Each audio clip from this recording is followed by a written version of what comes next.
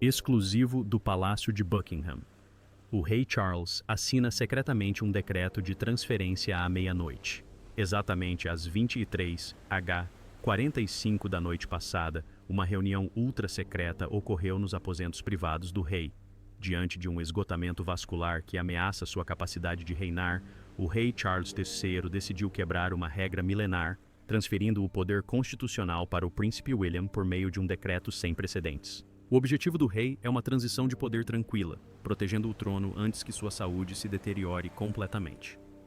A rainha Camila, que se recusa firmemente a ser uma rainha fantoche, irrompeu na sala de reuniões e proferiu uma ameaça chocante. Se não for nomeada corregente com poder real, ela divulgará registros médicos comprovando a incapacidade mental do rei, mergulhando a monarquia no maior escândalo constitucional da história. Mas ela não imaginava que a princesa Anne estivesse à espreita nas sombras, com um veredito deixado pela falecida rainha 20 anos atrás. Que segredo terrível se esconde no pacto secreto de Sandringham, mantido pela princesa Anne, que poderia custar tudo a Camila em um único segundo? E quando as portas se fecharem, quem emergirá como o verdadeiro senhor da Inglaterra? O rei Charles III acabara de concluir uma recepção diplomática de 3 horas com a delegação da Commonwealth. No instante em que as pesadas portas de carvalho da sala de 1844 se fecharam, o sorriso diplomático nos lábios do rei desapareceu instantaneamente. Ele cambaleou, agarrando-se à borda da mesa com a mão direita para manter o equilíbrio. Uma violenta onda de tontura o atingiu como um tsunami, levando consigo toda a noção do que o rodeava. Sua respiração era ofegante e pesada, e seu coração batia descompassadamente, como se tentasse explodir seu peito já fragilizado. O chefe da equipe médica, o professor Evans, que estava de prontidão na sala reservada, imediatamente se aproximou. Não havia pânico, apenas um profissionalismo terrivelmente frio. Após 15 minutos, verificando os sinais vitais e analisando os resultados mais recentes da ressonância magnética, Evans tirou os óculos, com uma expressão grave. "Vossa Majestade", disse Evans em voz baixa, mas clara, no silêncio da sala. "Não podemos adiar mais." Os sinais de exaustão vascular evoluíram para alerta máximo. O suprimento de oxigênio para o cérebro está diminuindo drasticamente sob a pressão do estresse. Se o senhor continuar nesse ritmo, um AVC grave não é mais um risco, é uma inevitabilidade. Charles afundou na poltrona, os olhos cansados fixos na janela embaçada pelo vapor. Ele conhecia o próprio corpo melhor do que ninguém. Nas últimas semanas, frequentemente se esquecia de detalhes importantes nas caixas vermelhas do governo. Decisões simples haviam se tornado, de repente, tão árduas quanto mover uma montanha. A lei da regência de 1937, sussurrou Charles com a voz trêmula. "É uma armadilha, Evans. Ela só permite a transferência de poder quando eu estiver completamente incapacitado ou em coma profundo. Mas eu não estou morto. Estou apenas exausto." Essa era a brecha fatal na Constituição Britânica. Mesmo que Charles não se declarasse incapaz, ainda assim teria que governar de forma absoluta. Mas um rei reinando com a acuidade mental em declínio era a semente do colapso. Ele precisava de outra solução, uma solução sem precedentes. Naquela noite, quando o relógio bateu 22h, Charles convocou uma reunião ultra-secreta com as duas únicas pessoas em quem confiava implicitamente em relação à lealdade à instituição, o príncipe William e a princesa Anne. O gabinete particular do rei era completamente à prova de som. A luz amarela projetava sombras sobre os retratos de monarcas do passado, criando jogos inquietantes de luz e escuridão. "Vou emitir um decreto real especial", declarou Charles, com a voz fraca, mas demonstrando a determinação de um homem que havia ponderado sobre isso por muito tempo. Ele empurrou um rascunho manuscrito para William. "Uma transferência parcial.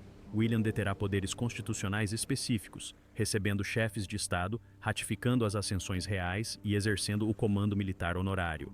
Eu manterei o título de rei e as reuniões semanais com o primeiro-ministro. Esta é a única maneira de manter a estabilidade sem que eu abdique." William pegou o papel, com a testa franzida. Ele leu as linhas rapidamente. Era uma jogada ousada, talvez até imprudente. Escapou por uma pequena brecha na lei. "Pai", disse William, com um tom grave, mas cheio de preocupação. "Isso causará uma enorme tempestade no parlamento.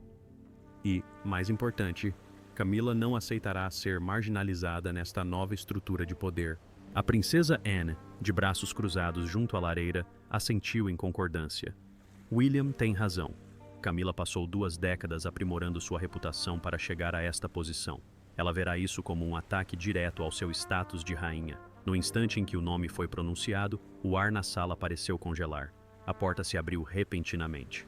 Não houve anúncio de nenhum criado, nem batidas na porta. A rainha Camila entrou. Ela vestia um vestido de seda azul escuro, e seu pescoço era adornado com o colar de pérolas de valor inestimável que Charles lhe dera de presente de aniversário no ano passado. Mas seus olhos não demonstravam afeto conjugal. Eram penetrantes, calculistas e vigilantes. Camila ouvira falar, ou pelo menos sua rede de espiões no palácio relatara esse encontro incomum. William tem razão, disse Camila, dando um passo à frente, com a voz suave, mas carregada de autoridade. Caminhou diretamente para o lado de Charles, colocando a mão em seu ombro. Um gesto possessivo e sutilmente ameaçador. Você não pode fazer isso, Charles. Transferir o poder para William enquanto estiver vivo. Você está se transformando em um rei fantoche? Camila se virou para olhar para William e Anne. O canto de seus lábios se curvou em um sorriso desafiador. Ela sabia quem estava enfrentando, mas também conhecia a fraqueza de Charles. Se o rei é fraco, a esposa deve ser quem compartilha o fardo. Esse é o princípio do casamento e é tradição. Proponho um mecanismo de corregência. William e eu governaremos juntos. Esse é o equilíbrio e a união que o público quer ver. A princesa Anne deu um passo à frente, bloqueando a visão de Camila sobre William. Sua voz era firme. Você está enganada, Camila. Minha mãe, a rainha Elizabeth, nunca quis e jamais pretenderia que você alcançasse o poder político. Você é a rainha consorte. Seu papel é apoiar, não governar. Nunca se esqueça do seu lugar. Camila apertou o ombro de Charles com força, fazendo-o estremecer levemente de dor. Ela se inclinou, sussurrando no ouvido do marido, mais alto o suficiente para que todos na sala ouvissem. Você precisa de mim, Charles. Você sabe que William é muito jovem e Anne é muito rígida. Só eu entendo o que você realmente precisa. A declaração de guerra havia sido emitida. A batalha pelo poder não acontecia mais nas sombras. Ela se materializou bem no coração da monarquia. 24 horas após o fatídico encontro, Londres acordou com um terremoto midiático. Uma enxurrada de tabloides e sites de notícias online estamparam simultaneamente manchetes estrondosas. Rei Charles em estado crítico. William forçou seu pai a abdicar para tomar o poder. No Palácio de Kensington, William atirou seu tablet sobre a mesa, o som seco ecoando pela sala de café da manhã. Seu rosto ficou vermelho de raiva contida. O artigo no Daily Truth, citando uma fonte de alto escalão próxima ao palácio, descrevia o estado de saúde do rei em detalhes arrepiantes. Retratava Charles como um velho senil, incapaz de se lembrar dos nomes dos funcionários, precisando até mesmo ser alimentado. Em contrapartida, William era retratado como ambicioso, explorando a doença do pai para isolá-lo de sua esposa devotada. Isso é obra dela, bradou William, com a voz trêmula de indignação. Os detalhes sobre a fadiga vascular eram conhecidos apenas por Evans, meu pai, eu e Anne. Ela traiu o marido para comprar a simpatia do público. Kate Middleton, mantendo uma calma surpreendente, colocou a mão no ombro do marido para tranquilizá-lo. Ela olhou profundamente em seus olhos. Ela está jogando uma guerra psicológica, William. Ela quer que o público acredite que você é um filho bastardo. Se você aceitar a transferência de poder agora, a opinião pública verá isso como um golpe familiar. Ela quer corroer sua legitimidade. Entretanto, em Clarence House, a residência particular de Charles e Camila, prevalecia uma atmosfera completamente diferente.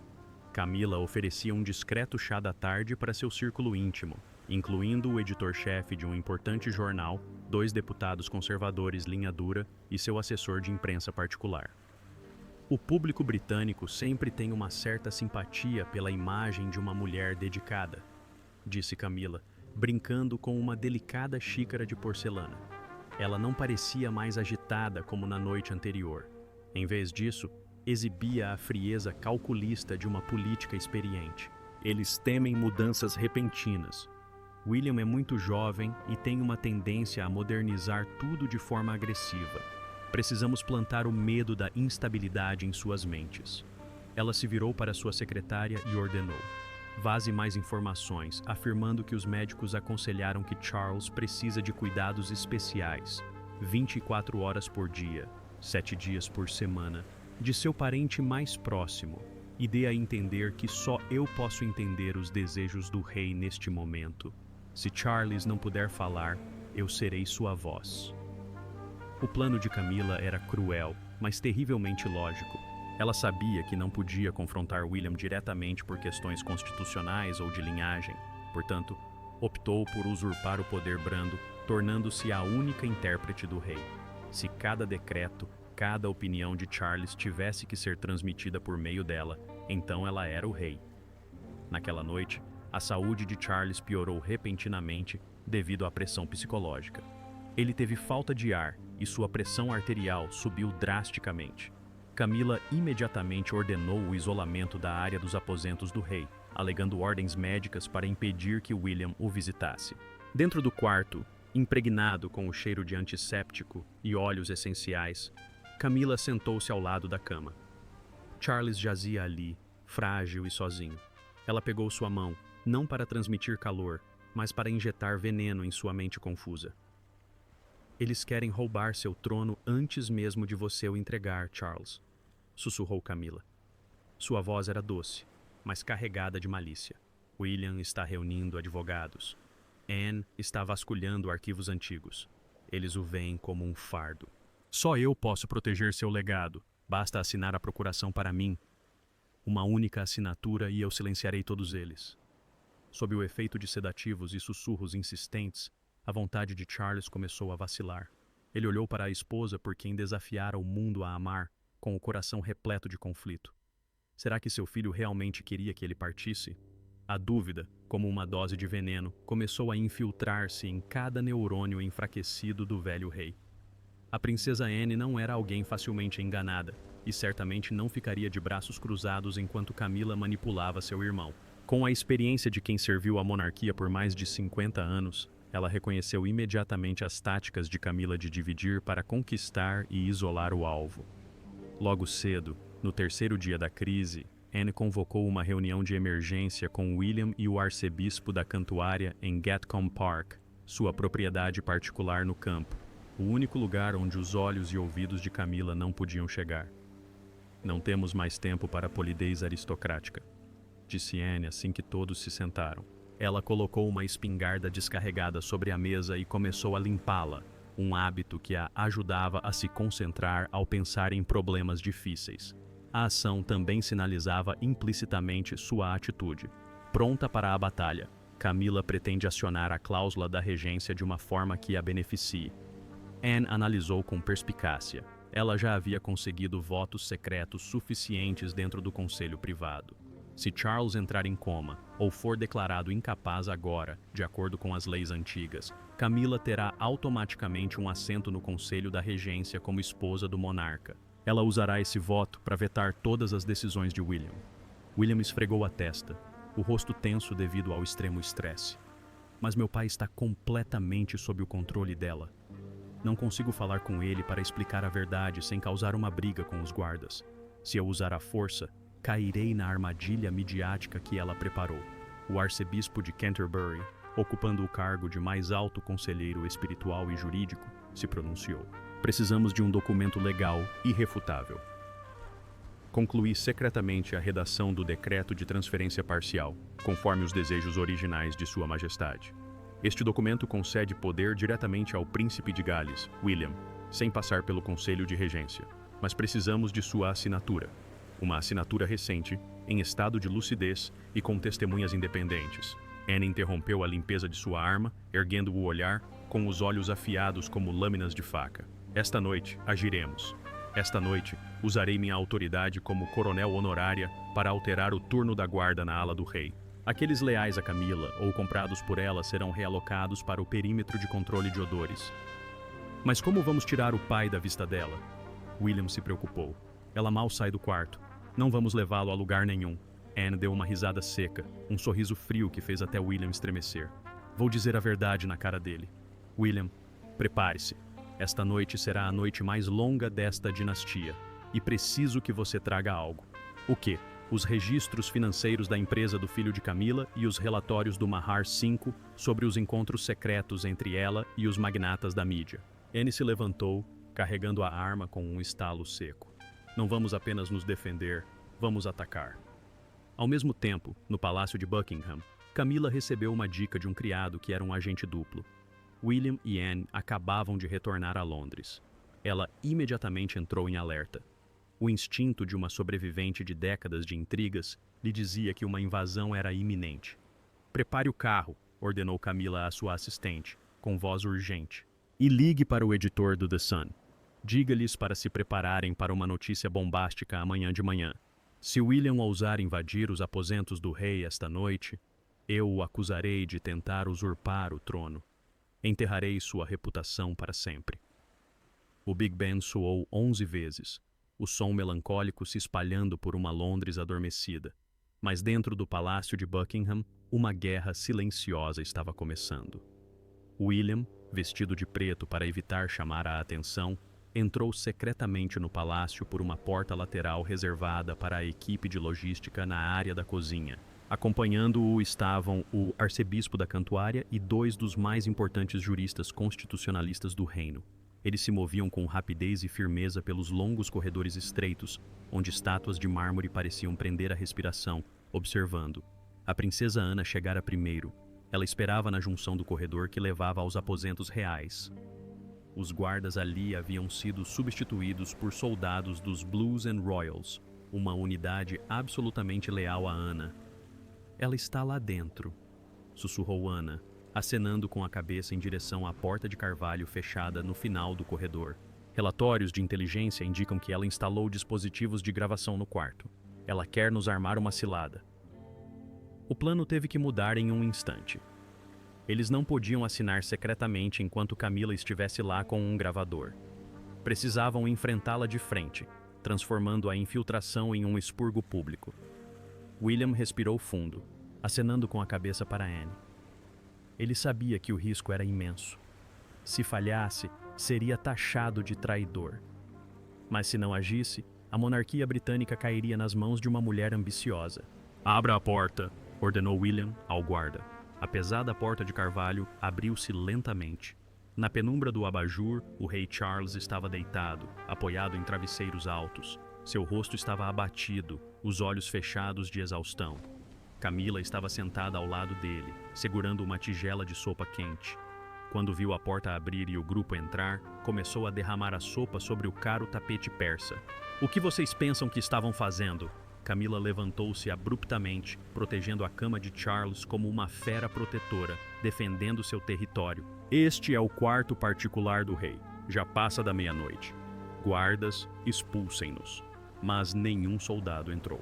O silêncio dos guardas do lado de fora foi a resposta mais clara de que o poder havia mudado de mãos. "Nenhum soldado obedecerá às suas ordens esta noite, Camila." A princesa Anne entrou. O som de seus saltos batendo no chão de madeira era como o martelo de um juiz. "Estamos aqui para cumprir a vontade do rei. Sua verdadeira vontade, não a vontade que vocês lhe impuseram." William aproximou-se da cama do pai, ajoelhando-se para ficar cara a cara com ele. Pegou a mão magra de Charles. "Pai, peço desculpas pela demora, mas precisamos acabar com isso agora mesmo, pela estabilidade do reino e pela sua saúde." Charles abriu os olhos lentamente. Estavam turvos pela doença e pelos remédios. Mas, ao ver William, um lampejo de conflito doloroso surgiu em sua mente. Olhou para o filho e depois para a esposa, que estava entre eles. "William", murmurou, com a voz rouca e fraca. Camila avançou, afastando a mão de William. "Não, você não deve ouvi-lo, Charles. Ele está lhe enganando. Trouxe advogados para forçá-lo a abdicar. Assine isto." Ela tirou um documento amassado do bolso. A procuração completa da regência que ela vinha pressionando-o a assinar nos últimos 2 dias. "Chega." A voz do arcebispo da Cantuária ressoou com autoridade, abafando os gritos de Camila. Ele deu um passo à frente, erguendo a cruz que usava no peito. "Sua Majestade, a Rainha Consorte, o ato de coagir o monarca a assinar um documento constitucional sem a presença do Conselho Privado é uma violação da Lei da Traição de 1351. A palavra traição caiu no meio da sala como uma bomba. Camila congelou, mas seu instinto de sobrevivência se acirrou como nunca. Ela sabia que estava encurralada. Decidiu arriscar tudo. Camila se virou para Charles, com lágrimas começando a rolar. Ela se ajoelhou ao lado da cama, segurando sua mão com força, criando uma cena perfeitamente trágica. Charles, eu só quero o melhor para você. Eles querem tirar seu poder, torná-lo inútil. Você consegue suportar ver sua esposa humilhada pelo mundo e pelo seu próprio filho? Charles fechou os olhos, respirando rapidamente. A manipulação emocional de Camila ainda o afetava profundamente. Vendo Charles hesitar, Camila se levantou, virando-se bruscamente para William e Anne. A máscara de gentileza se desfez, revelando um rosto contorcido de raiva e ambição. Se você assinar o decreto de transferência para William, sibilou ela entre dentes cerrados, publicarei todo o seu prontuário médico. Contarei ao mundo que você tem demência, alucinações e que seu filho a interrogou à meia-noite. Transformarei William em um aproveitador e esta dinastia ruirá em escândalo. William cerrou os punhos, as veias saltando em seu pescoço. Começou a avançar, mas Anne ergueu a mão para impedi-lo. Ela se colocou à frente, encarando Camila diretamente. A distância entre as duas mulheres mais poderosas da família real era de menos de 1 metro. Você diz que se sacrificou? Perguntou Anne, com uma calma aterradora na voz. Você diz que fez tudo por amor? Então deixe-me lembrá-lo do verdadeiro sacrifício e do preço que você concordou em pagar para pisar neste lugar.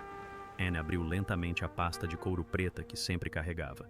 De dentro, retirou um envelope amarelado, lacrado com cera vermelha e ostentando o brasão real do reinado anterior.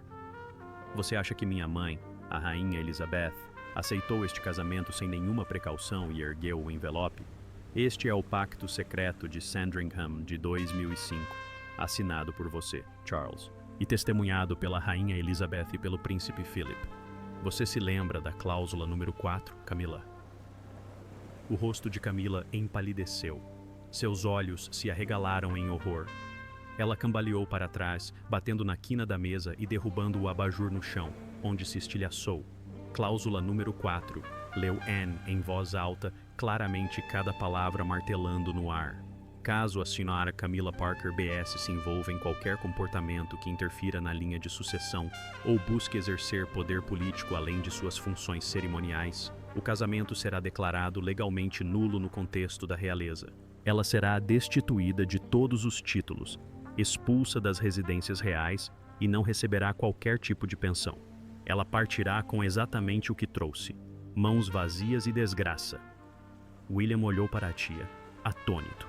Ele jamais soubera da existência daquele documento. Descobriu-se que a rainha Elizabeth havia previsto tudo. Ela deixara uma última armadilha, um mecanismo de autodefesa para proteger o trono para seu neto, da ambição dessa mulher. Camila desabou no chão, gaguejando. Não, impossível. Charles, você disse que aquele documento foi destruído. Você me prometeu. Ela se virou para olhar para Charles, esperando por salvação, mas o silêncio do rei foi a resposta mais cruel. Em meio à destruição das emoções e à verdade nua e crua, algo estranho aconteceu. O rei Charles, que estava deitado imóvel como um velho senil, de repente sentou-se ereto. Empurrou o travesseiro para trás das costas com um movimento decisivo e forte, não parecendo em nada um homem crítico ou demente. Ele pegou o copo d'água na mesa, tomou um gole e olhou diretamente para Camila com olhos incomumente claros.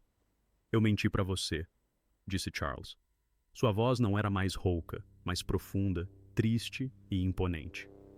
A sala inteira, inclusive William, ficou atônita. Eu tenho fadiga vascular. Sim, preciso reduzir minha carga de trabalho. Sim, continuou Charles, sem nunca desviar os olhos de sua esposa trêmula no chão. Mas eu nunca perdi a cabeça, nunca estive confuso. Os sinais de colapso excessivo desta última semana permitiram que você agisse desenfreadamente com a mídia. Meu silêncio diante dos seus sussurros. Tudo foi um teste. Um teste?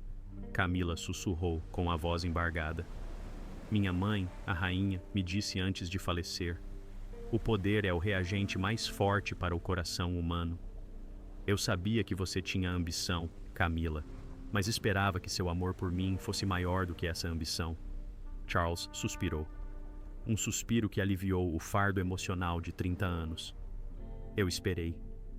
Esperava que você rasgasse aquela procuração e simplesmente segurasse minha mão como uma esposa. Eu esperava que você protegesse William em vez de atacá-lo, mas você falhou. Você escolheu o trono em vez de mim. Charles se virou para William, com os olhos cheios de desculpas, mas também de orgulho. Filho, sinto muito por ter deixado você passar por esse ataque. Eu precisava ver claramente a verdadeira natureza daqueles ao meu redor antes de transferir o poder. E agora eu vi. Ele apontou para o documento que Anne segurava, que o pacto ainda era válido. E esta noite, Camila, você o violou diante do arcebispo e do herdeiro. Você assinou sua própria sentença com a sua própria mão. Camila ficou sentada em completo silêncio. Ela percebeu que não só havia perdido para Ana em estratégia, como também para Guilherme em legitimidade, e ainda havia perdido o próprio marido que pensava ter manipulado por tantos anos. Seu orgulho se esvaiu, restando apenas a nudez de uma perdedora. Charles pegou a caneta tinteiro do arcebispo. Não olhou mais para Camila. Entregue-me o decreto. Sob a luz amarelada do quarto, o rei Charles III redigiu o decreto de transferência de poder. Sua caligrafia estava um pouco trêmula devido à idade, mas firme, decisiva e autoritária. William aproximou-se, assinando seu nome logo abaixo como príncipe regente. Em seguida, vieram as assinaturas de testemunhas do arcebispo da Cantuária e da princesa Anne. O documento foi concluído às 23h55. Faltavam apenas 5 minutos para um novo dia. Charles entregou o papel seco a William e, em seguida, virou-se para Camila, que agora estava sentada encolhida como um cadáver sem alma, com lágrimas secas nas bochechas. Você irá para um retiro, disse Charles com a voz fria e desprovida de qualquer afeto. Era a voz de um rei dando ordens a um súdito, não a de um marido falando com a esposa. Para a Escócia, por um longo período, por motivos de saúde. Você não aparecerá mais em público, nem participará de eventos da realeza. Conserve o último resquício de dignidade para si. Camila abriu a boca para implorar, mas o olhar gélido de Anne interrompeu qualquer palavra. 2 guardas entraram, escoltando Camila gentilmente, mas com firmeza. Ela se afastou cambaleando, sem nenhum traço da aura de uma rainha. A porta se fechou atrás dela, o trinco estalando seco como o som do martelo de um juiz, anunciando uma sentença de morte para uma vida inteira de ambições. Uma semana após a noite das facas longas em Buckingham, o noticiário das 18h da BBC transmitiu um choque mundial. O Palácio de Buckingham acaba de divulgar um comunicado oficial. A rainha Camila se afastará completamente de suas funções reais devido a graves problemas de saúde. Ela se mudará para uma propriedade privada na zona rural da Escócia para se recuperar. Simultaneamente, um segundo comunicado foi divulgado. O rei Carlos III assinou um decreto especial concedendo poderes constitucionais adicionais ao príncipe William para auxiliá-lo na administração do país. Isso é visto como uma transferência de poder de fato, inaugurando uma nova era de cooperação. Na varanda do Palácio de Buckingham, o vento de setembro soprava forte. Não houve grande cerimônia de estreia, nem multidão aclamando, apenas William parado ali sozinho, olhando para Londres enquanto as luzes da cidade começavam a se acender. Ele não sorriu. Seu rosto carregava a profunda contemplação de um homem que acabara de assumir a responsabilidade de um reino inteiro. Atrás dele, nas sombras do quarto, Kate Middleton deu um passo à frente, apertando a mão do marido com força. "Acabou", disse ela suavemente, com a voz aliviada. William se virou, olhando para o celular que acendeu sobre a mesa. Uma breve mensagem da princesa Anne acabara de chegar. Ela chegou à Escócia, portão trancado, chave destruída. William desligou o celular, olhando para o horizonte em direção à torre do Big Ben, que anunciava uma nova hora. "Não, Kate", respondeu William, com o olhar firme. "Está apenas começando. Removemos as ervas daninhas. Agora é hora de semear novas sementes. Desta vez faremos direito, com a verdade, não com segredos." William se virou e entrou. As portas da varanda se fecharam, bloqueando os flashes dos paparazzi que, à distância, tentavam capturar o momento do novo mestre. Uma verdadeira dinastia, onde a honra é colocada acima da ambição, havia oficialmente começado das cinzas da traição. Detalhes sobre o pacto secreto de Sandringham mostram que a rainha Elizabeth planejou tudo há 20 anos. Você acredita que ela deixou outras armadilhas legais semelhantes que ainda não foram reveladas? Compartilhe sua opinião nos comentários. Não se esqueça de curtir, compartilhar e se inscrever para mais conteúdo. Além disso, clique no próximo vídeo que aparecer na sua tela. Você vai gostar.